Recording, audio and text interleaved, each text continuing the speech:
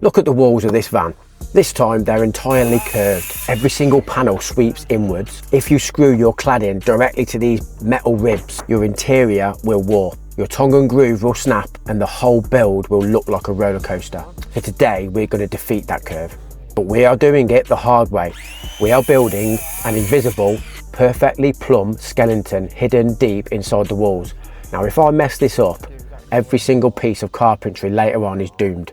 Now, I am not a van building guru and I don't claim to know it all, but I do have 26 years on building sites.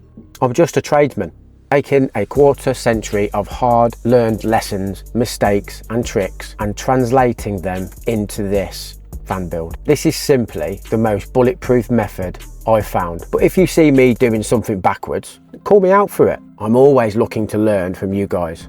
So let's build some walls. So we start with the worst section first, the angled metal running right down the side. Now I am digging through the scrap pile here. We need some small offcuts, some little sacrificial blocks. So we are cutting them down to size to act as our primary packers. Now these blocks bridge the gap between the chaotic curve of this Peugeot Boxer van and the dead straight line we actually need. Now notice we are not using any screws yet. We are using though some extra strength Gripfill. Why are you not using any screws? Because these are tiny pieces. Firing a self-tapping screw through 30mm block into this thin sheet metal is going to invite structural weakness right now. So the Gripfill creates a massive chemical bond. It spreads the load, it grips the metal without piercing it, and it stops thermal transfer. A metal screw acts as a cold bridge, drawing freezing temperatures right through the wood, but the adhesive stops that dead. So we apply a generous bead, we press it in hard against the angle, but it's just not enough. The curve is just too deep. We still need to come out a little bit further to hit that true zero. So we cut a second piece of timber, we lather it in high strength wood glue, and then we laminate it directly onto the front of the first block. We are essentially stacking our way out of the curve. Now I'll come back later when everything is cured and sink some heavy mechanical fixings through the whole stack. But right now, we need our baseline. We need true straightness. Speaking of keeping things in line, site security is on high alert. Rowan's on duty today.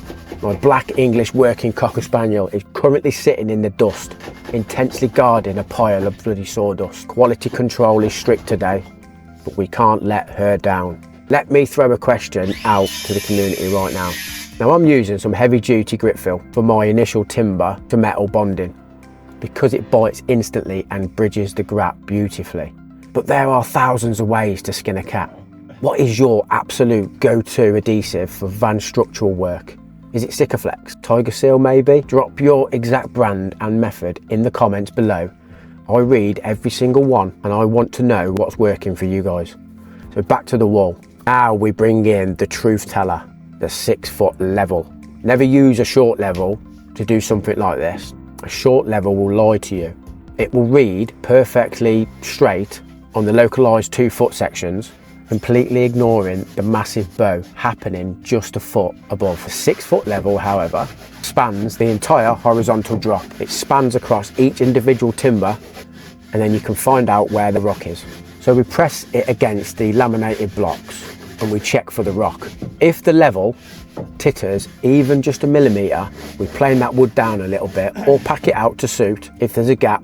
That way you get total precision. Now before we tackle the rear sections where the van's geometry completely loses its mind, listen up. Every single measurement, every material spec and every headache from this entire Peugeot Boxer 2007 project is being heavily documented. I am writing the ultimate build blueprint as we speak. It is a comprehensive step-by-step PDF book showing you exactly how to do this, and it will launch the very second this van is finished. Now if you're interested and you want it, go down to the description right now, click the link, join the email list or have a check on the pinned comments. Now by getting on that list, you are guaranteeing that you are the absolute first to get your hands on this finished blueprint, and because you backed the project early, you will get it for an absolute steal on launch day. No fluff, just hard data. So get on the list and let's get back to the build. So we move into the back of the van. The metal work here is brutal. It protrudes heavily. It bullies its way straight past our plumb line. Now here we have already installed our 50mm Kingspan insulation. Now Kingspan boasts an insanely high R value, meaning its thermal resistance is top tier. It stops heat escaping, but it is rigid, and right now it's in our way. So to keep our timbers perfectly aligned, we have to recess them into the insulation itself. So I have to take my blade out, I measure the exact thickness of the batten, and I carve the 50mm PIR board back to the exact millimetre. Then we slot the timber in, a perfect friction fit. Now we have a solid recessed base that sits perfectly flush with the metal rib. From here we can now build outwards. We stack on top of that recessed timber, constantly checking it with the 6-foot level, by the way. Make sure there's no rocking, no leaning, make sure it's dead straight. Then we shift over to the left hand side towards the front. The same exact protocol. The metal structure forces our hand, so we have to chop out the 50mm Kingspan. We inject the adhesive, we seat the base timber deep into the foam, and then we batten it out.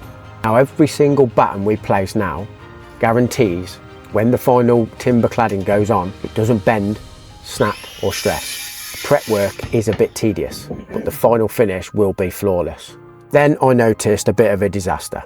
Dead centre of the van, I spot a bulge in the Kingspan. Now when I glued this specific panel a few days ago, I probably rushed it a little bit. I just needed to get the panel on the wall and sealed up. I always knew in the back of my mind that I'd be paying the price for it later, and today is that day. So you can imagine if I leave that bulge, the cladding hits it and then the cladding curves and the wall is basically ruined. So I grabbed a plasterboard saw and we go aggressive. We use it like a rasp. We violently shaved the face of the Kingspan down. We destroyed the foil facing, ripping through the rigid foam core until the entire panel sits perfectly flush with our wooden framework. But we've just created a massive problem here. The foil face on PIR board isn't just for show.